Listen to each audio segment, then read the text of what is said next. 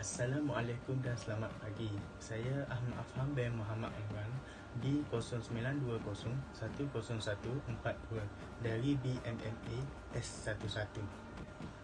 Pada pagi ini saya akan menerangkan tentang lari jarak sederhana dan lari jarak jauh. Lari jarak sederhana dan lari jarak jauh adalah dua acara yang berbeza.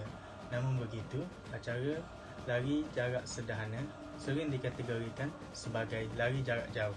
Malah banyak buku tentang sukan olahraga yang ditulis dan diterbitkan di barat mengkategorikan acara ini sebagai acara jarak jauh. Namun hakikatnya, lari jarak sederhana dan lari jarak jauh berbeza dari segi taktik larian, walaupun kedua-duanya mempunyai persamaan dari segi permulaan, bentuk larian, teknik larian dan kaedah latihan. Terdapat dua kategori lari jarak sederhana, iaitu acara 800 meter dan 1500 meter. Manakala dalam acara lari jarak jauh pula terdapat tiga kategori, iaitu 3000 meter berhalangan, 5000 meter dan 10000 meter. Jika dalam acara pecut, pelari akan melakukan larian pada kederasan yang maksimum yang boleh di sepanjang jarak yang ditetapkan. Namun dalam larian sederhana dan lari jarak jauh, pelari harus bijak membahagikan corak larian. Di samping kelajuan, pelari harus bijak mengatur langkah dengan mengekalkan ketahanan dan konsentrasinya supaya tidak mudah digugat oleh pelari lain. Para pelari dalam acara jarak sederhana dan jarak jauh perlu berusaha mengekalkan ketahanan larian yang hampir sepanjang jarak acara itu. Peningkatan kepantasan dan mengekalkannya sehingga ke garisan penamat merupakan aset utama jika berkemampuan. Malah ada yang perlu ditentukan dengan cara photo finish. Saya akan menerangkan 5 aspek yang berkaitan dengan larian jarak jauh dan jarak sederhana. Yang pertama adalah stamina, yang kedua adalah kekuatan, yang ketiga adalah kelajuan, yang keempat adalah kesediaan dan yang terakhir adalah kemahiran. Stamina adalah sesuatu yang penting dalam setiap jenis larian. Namun, apakah cara untuk meningkatkan stamina? Saya akan menyenaraikan dua cara untuk meningkatkan stamina. Yang pertama ialah latih ketahanan tubuh. Untuk meningkatkan dan menjaga stamina anda saat lari jarak jauh, anda perlu menyiapkan tubuh anda untuk menghadapi tantangan, iaitu dengan latihan. Olahraga yang konsisten akan membangun dan meningkatkan ketahanan tubuh serta menguatkan otot anda. Yang kedua adalah catat waktu dan jarak tempuh. Menjaga stamina untuk lari jarak jauh diperlukan latihan jangka panjang. Namun latihan ini sebaiknya bertahap. Anda bisa meningkatkan waktu berlatih atau jarak tempuh secara berangsur. Tidak masalah jika hanya sedikit.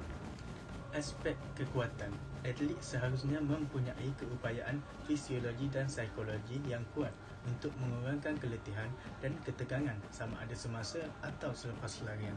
Kekuatan seorang atlet boleh dibentuk dengan latihan yang berterusan dari semasa ke semasa. Namun, kekuatan yang dimaksudkan bukanlah kekuatan mengangkat beban yang berat, tetapi mengharungi jarak yang ditetapkan tanpa letih, megah ataupun semput.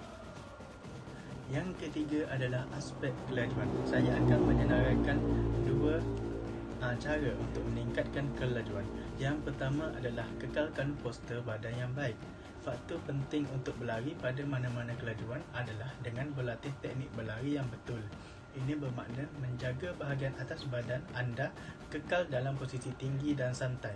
Berlari dengan pergerakan kedua-dua belah kaki yang tidak melepasi paras pinggul anda dan ayunkan lengan ke depan dan ke belakang, tidak bersisi sebelah dan sudut 90 darjah. Yang kedua adalah berlari dengan lebih kerap. Dalam kebanyakan kes, meningkatkan jarak mingguan akan membantu anda meningkatkan kelajuan keseluruhan. Sebagai contoh, jika anda berlari sekali seminggu tetapi mengambil bahagian dalam kelas senaman bagi kebanyakan hari lain dalam seminggu itu, anda mungkin dapat melihat penambahbaikan sekiranya anda menukar beberapa kelas-kelas latihan anda kepada hari untuk aktiviti larian.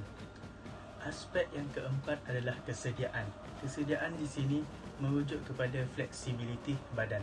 Ia berkait rapat dengan saiz badan, umur, jantina dan aktiviti fizikal kerana merujuk kepada kebolehan sendiri untuk bergerak melalui pergerakan tanpa menyebabkan kecederaan pada otot dan sendi semasa dan selepas larian. Pelari mestilah bersedia mental dan fizikal bahkan sebelum melakukan larian. Oleh itu, pemanasan badan dan regangan adalah perkara wajib untuk dilakukan sebelum memulakan larian. Aspek yang terakhir adalah kemahiran. Saya telah menyenaraikan dua cara untuk meningkatkan kemahiran. Yang pertama adalah mengekalkan ketahanan larian masing-masing pada hampir sepanjang jarak acara itu. Pada masa yang sama, mereka cuba meningkatkan kepantasan dan berusaha mengekalkannya sehingga gagasan pertama. Yang kedua, prinsip penjimatan tenaga. Prinsip penjimatan tenaga amat penting oleh kerana tenaga simpanan yang banyak diperlukan, kemudiannya boleh digunakan untuk melakukan pecutan atau meningkatkan kelajuan, terutama pada peringkat akhir larian. Oleh kerana itu, kemahiran amat penting untuk menentukan masa melepaskan tenaga yang tersimpan untuk menamatkan larian.